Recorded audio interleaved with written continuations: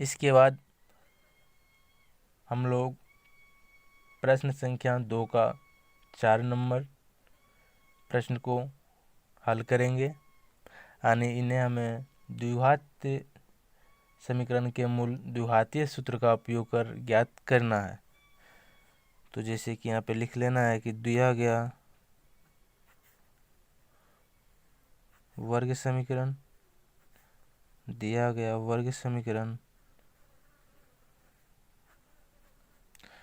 यहाँ पे 2x² + x + 4 = 0। तो यहाँ पे यानी कि उपरोक्त समीकरण की तुलना हमें वर्ग समीकरण से करना होगा। तो चलिए लैंग्वेज लिख लेते हैं। उपरोक्त समीकरण की तुलना वर्ग समीकरण ax² + bx + c से करने पर, तो जैसे कि यहाँ पे x² यहाँ पे भी, तो a का वैल्यू कितना है, 2 है ना, तो a = 2। bx, तो यहाँ पे x s का तो कोई मान दिया वो नहीं है, तो यहाँ पे कुछ नहीं तो 1 होता है, यानी कि b का मान हो जाएगा यहाँ पे 1, और c का मान यहाँ पे 4 है। तो यहाँ पे लिखना है नीचे द्विघातीय सूत्र से, द्विघातीय सूत्र से। तो द्विघातीय सूत्र होता क्या है, यानी कि x = -b ±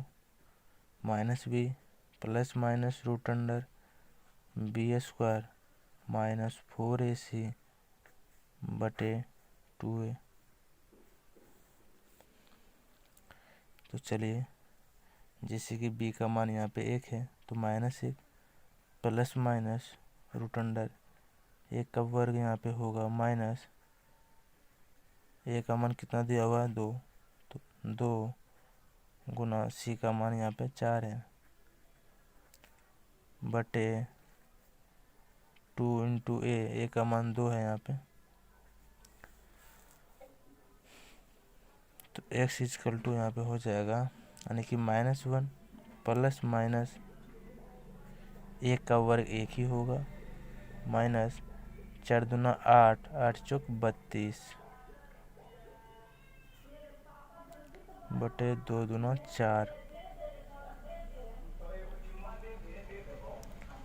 तो x = -1 ± ये प्लस है, ये माइनस है, यानी कि माइनस की संख्या यहाँ बड़ी है, तो ये माइनस की संख्या यहाँ पे होगा 31, यानी कि घट गया यहाँ पे, तो बटे 4। तो यहाँ पे जैसे कि दिख रहा है कि यहाँ पे भी माइनस है, यानी कि यहाँ माइनस है, यहाँ पे भी माइनस, और ये रूट का अंदर भी माइनस है, यानी कि यहाँ पे मूल काल्पनिक है या मूल वास्तविक नहीं है। तो यहाँ पे लिखना है, इसके आगे सॉल्व नहीं होगा, तो यहाँ पे लिखना है कि मूल काल्पनिक है, मूल काल्पनिक है, या लिख सकते हैं कि मूल वास्तविक नहीं है। तो आप यहाँ से नोट कर सकते हैं।